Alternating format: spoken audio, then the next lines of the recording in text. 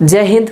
तो चलिए आज हम लोग वेद के बारे में जानने वाले हैं कि वेद क्या होता है, कितने प्रकार के होते हैं, इनके बारे में जानने वाले। तो वेद को समझने से पहले हमको पीछे क्या क्या पढ़ने के बाद वेद आया है इसके बारे में थोड़ा के कालखंड को 3 भागों में बांटे थे, प्रागैतिहासिक, आद्य ऐतिहासिक और ऐतिहासिक। तो उन तीनों में से ऐतिहासिक को उठाएंगे और ऐतिहासिक का इतिहास करेंगे, ऐतिहासिक का इतिहास के बारे में देखेंगे।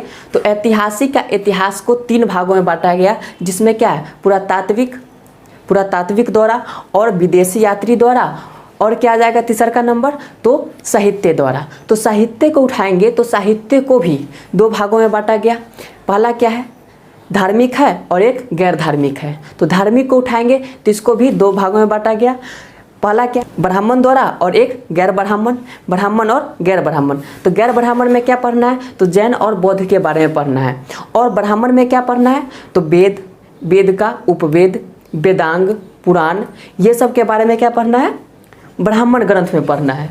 तो उसी में क्या है, वेद की चर्चा है, इधर आपको दिख रहा होगा।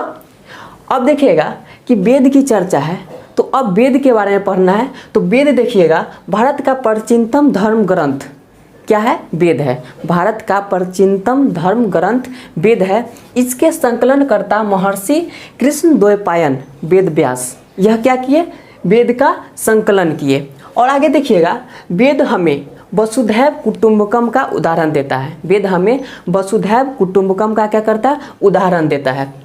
वसुधैव कुटुंबकम का उदाहरण देता है। वेद 4 हैं, ऋग्वेद, यजुर्वेद, सामवेद, अथर्ववेद। वेद कितने हैं, 4 है, ऋग्वेद, यजुर्वेद, सामवेद और अथर्ववेद है। इन चारों वेद को संहिता कहा जाता है। इन चारों वेद को क्या कहा जाता है, संहिता कहा जाता है। आप सुने होंगे कि रामायण को चतुष्विस्तरी साहित्री संहिता कहा जाता है। चतुष्विस्तरी साहित्री संहिता कहा जाता है क्या। और चलिए अब शुरू करते हैं वेद को पढ़ना, यानी चारों वेद को पढ़ना शुरू करते हैं। तो ये सब पढ़ने से पहले आप इस डाटा को याद कर लीजिएगा, तो बहुत ही अच्छा से ये आगे समझ में आ जाएगा। तो देखिएगा कि पहला है ऋग्वेद। पहला क्या है, ऋग्वेद। ऋग्वेद यानी पहला वेद आएगा, उसके बाद ज्ञानी आएगा, और उसके बाद ब्राह्मण ग्रंथ आएगा। तो फिर वेद का उपवेद आएगा, और उपवेद का क्या आएगा, ज्ञानी। ज्ञानी मतलब इसके बारे में कौन पढ़ा।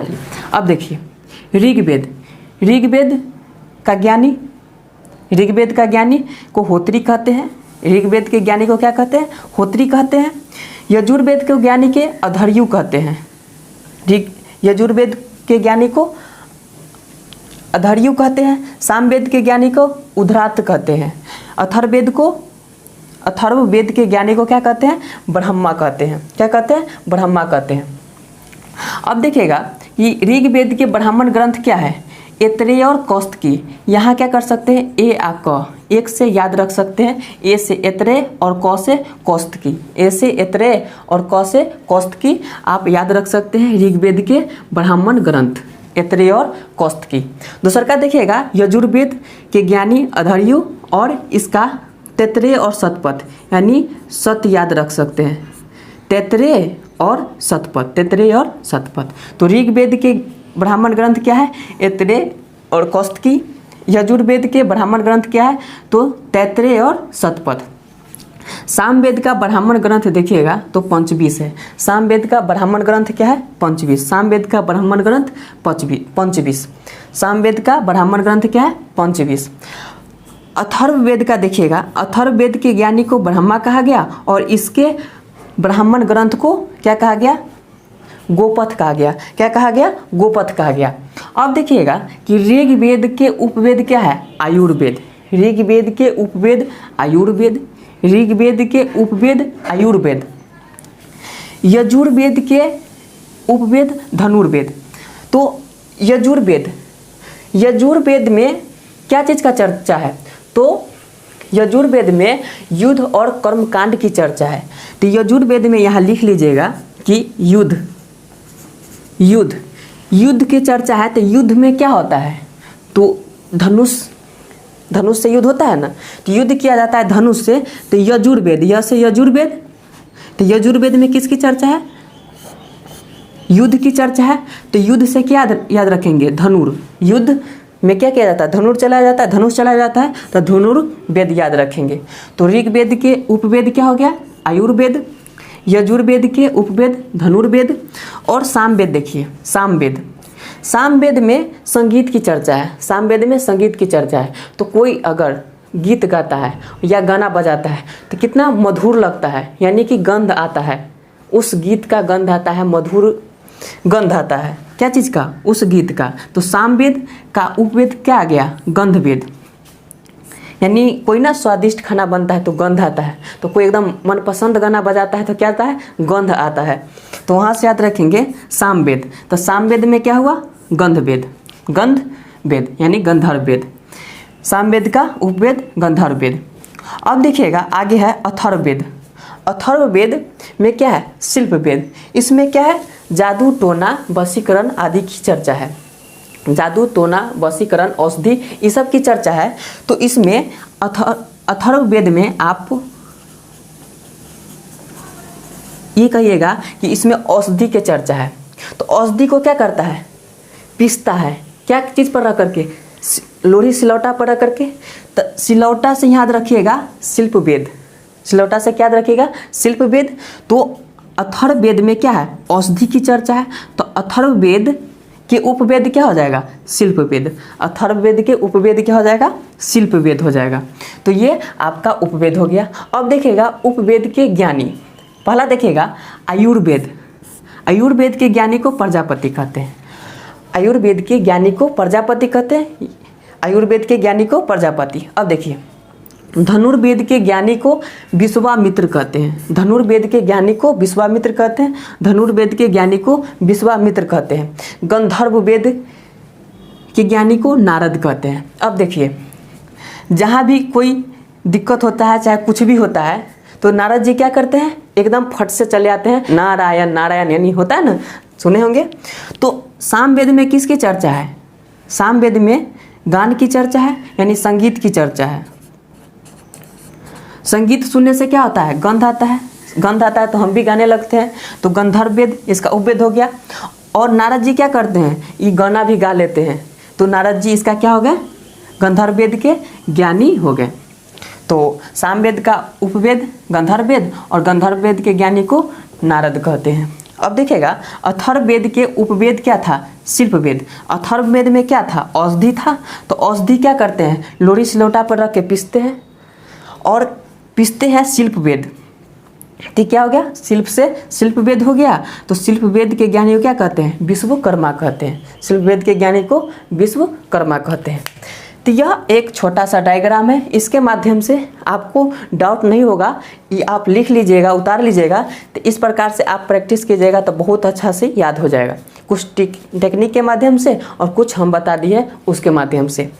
तो इतना देखने के बाद अब डायरेक्ट चलेंगे ऋग्वेद पर। तो यहाँ ये नहीं बताना पड़ेगा कि ऋग्वेद के ज्ञानी को होत्री कहते हैं, इसके जो ब्राह्मण ग्रंथ है उसको तैतरी और कौस्तिकी कहते हैं, इसका ऋग्वेद का उपवेद को आयुर्वेद कहते हैं, आयुर्वेद के ज्ञानी को प्रजापति कहते हैं। लिखने में बहुत सारा लिखा जाएगा, इतना को डायग्राम है और पूरा बोर्ड भर जाएगा इतना ही गो से। इसलिए क्या किए हैं, इसको एक रफली डायग्राम बना करके इसको छांट दिए हैं, जो इसमें है यहाँ लिखना न पड़े और शॉर्ट नोट्स के तरह हो जाए। ये एक शॉर्ट नोट्स के तरह है, आप अच्छा से उतार लीजिएगा। अब देखिए डायरेक्ट चलते हैं ऋग्वेद पर। तो ऋग्वेद होता है कि ऋचाओं के क्रमबद्ध ज्ञान के संग्रह को, ऋचाओं के क्रमबद्ध ज्ञान के संग्रह को ऋग्वेद कहते हैं, ऋचाओं के क्रमबद्ध ज्ञान के संग्रह को ऋग्वेद कहते हैं। ऋग्वेद यह सबसे प्राचीन और सबसे बड़ा वेद है। ऋग्वेद सबसे प्राचीन और सबसे बड़ा वेद है, जिसमें 10 मंडल, 228 सूक्त और 10,462 ऋचाएँ हैं। अत्यधिक ऋचाएँ होने के कारण इसे क्या कहा गया, ऋग्वेद कहा गया। इसे क्या कहा गया, ऋग्वेद। तो मंडल कितने, 10 मंडल, 228 सूक्त और 10,462 क्या हो गए, ऋचाएँ हो गए। अब देखिएगा कि 10 मंडल है, तो 10 मंडल में कुछ इंपॉर्टेंट मंडल पढ़ेंगे, जिसमें क्या है, तीसरका मंडल। तीसरका मंडल में सूर्य देवता सावित्री को समर्पित गायत्री मंत्र की चर्चा है। तीसरे मंडल में सूर्य देवता सावित्री को समर्पित गायत्री मंत्र की चर्चा है। अब कहिएगा गायत्री मंत्र क्या होता है, तो आप सुने होंगे कि गायत्री मंत्र ओम भूर्भुवः स्वः तत्सवितुर्वरेण्यं भर्गो देवस्य धीमहि धियो यो नः प्रचोदयात्। ये क्या है, आपको गायत्री मंत्र है, जो किस में है, यह ऋग्वेद में गायत्री मंत्र की चर्चा है। किसको समर्पित है, तो सूर्य देवता सावित्री को समर्पित है क्या, गायत्री मंत्र। अब देखिएगा कि 7वें मंडल में क्या है, 7वें मंडल में पुराण की चर्चा है, 7वें मंडल में पुराण की चर्चा है। और 8वें मंडल में हस्तलिखित ऋचाओं को खील कहा गया, यानी कि 8वें मंडल में क्या है, हस्तलिखित ऋचाओं को क्या कहा गया, खील कहा गया। 9वें मंडल में देखिएगा, 9वें मंडल में सोम की चर्चा है, सोम देवता की चर्चा है, 9वें मंडल में सोम की चर्चा है। और 10वें मंडल में पुरुष सूक्त, पुरुष सूक्त में 4 आते हैं, देखिएगा ब्राह्मण क्षत्रिय वैश्य और शूद्र आते हैं। 10वें मंडल पुरुष सूक्त की चर्चा है, जिसमें 4 आते हैं, ब्राह्मण क्षत्रिय वैश्य और शूद्र आते हैं। ये आप इतना देख लिए ऋग्वेद तक के। तो ऋग्वेद में हमें उम्मीद है कि आपको दिक्कत नहीं होगा। अब देखिए, इतना बताने के बाद फिर हम क्या बताते हैं कि ऋग्वेद के ज्ञानी को होत्री कहते हैं, ऋग्वेद का जो ब्राह्मण ग्रंथ होता है ऐत्रेय और कौस्तुकी होता है, ऋग्वेद का उपवेद आयुर्वेद होता है, और आयुर्वेद के ज्ञानी को प्रजापति कहते हैं। तो ये लिखना पड़ता है, लेकिन ऐसा ही क्या करते हैं, शॉर्ट नोट्स बना जाता है, आप भी बनाते होंगे। तो इतना आप देख लिए। अब आगे चलेंगे, यजुर्वेद में चलेंगे। इसमें 1990 क्या है, मंत्र है, 1990 मंत्र है। यजुर्वेद में हम बताए थे कि इसमें युद्ध और कर्म कांड की चर्चा है, युद्ध और क्या है, कर्म कांड की चर्चा है। इसमें पहले बार यजुर्वेद में गद और पद की चर्चा है, यजुर्वेद में गद और पद की चर्चा है। गद मतलब होता है कृष्ण यजुर्वेद, कृष्ण यजुर्वेद, और पद के मतलब होता है शुक्ल, पद के मतलब होता है शुक्ल यजुर्वेद, शुक्ल यजुर्वेद। तो यजुर्वेद में याद रखिएगा, इसमें कर्मकांड की चर्चा, युद्ध और कर्मकांड की चर्चा, और गद और पद की चर्चा है, बस। अब देखिएगा यहाँ से, अब यहाँ चलते हैं यजुर्वेद। यजुर्वेद में क्या है, युद्ध और कर्मकांड की चर्चा है। यजुर्वेद के ज्ञानी को अधर्यु कहते हैं। इसका ब्राह्मण ग्रंथ क्या है, सत से याद रखेंगे, त से तैत्रेय और स से शतपथ।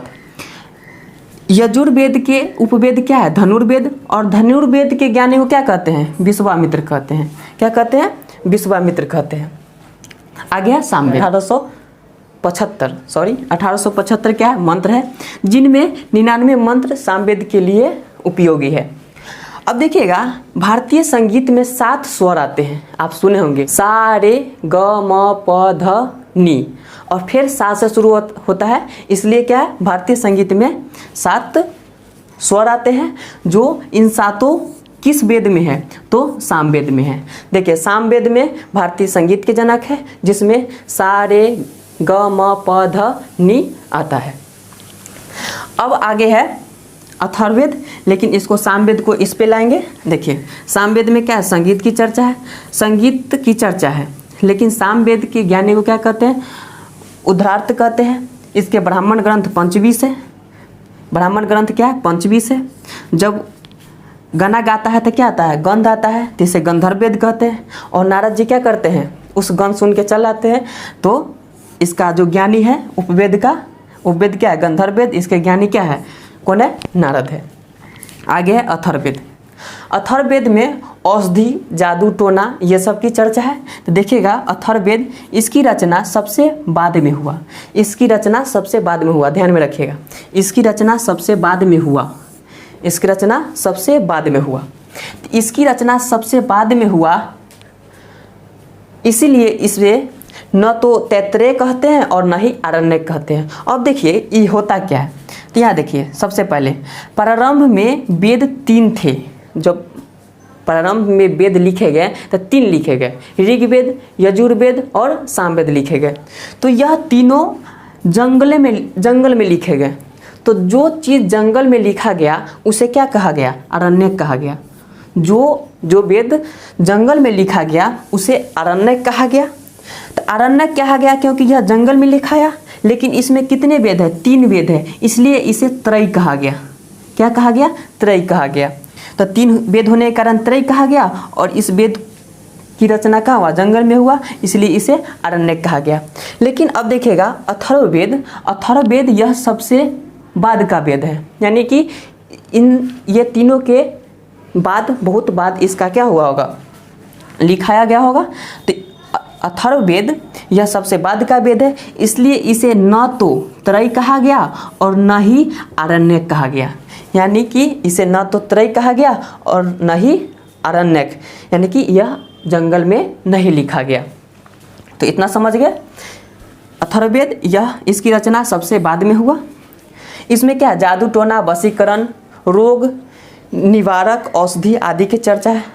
अथर्ववेद में सर्वप्रथम मगध, अंग और राजा परीक्षित के बारे में उल्लेख है। यानी कि अथर्ववेद में सर्वप्रथम मगध, अंग और राजा परीक्षित के बारे में उल्लेखित है। अब इस पे चलते हैं। देखिए अथर्ववेद में क्या? औषधि की चर्चा है।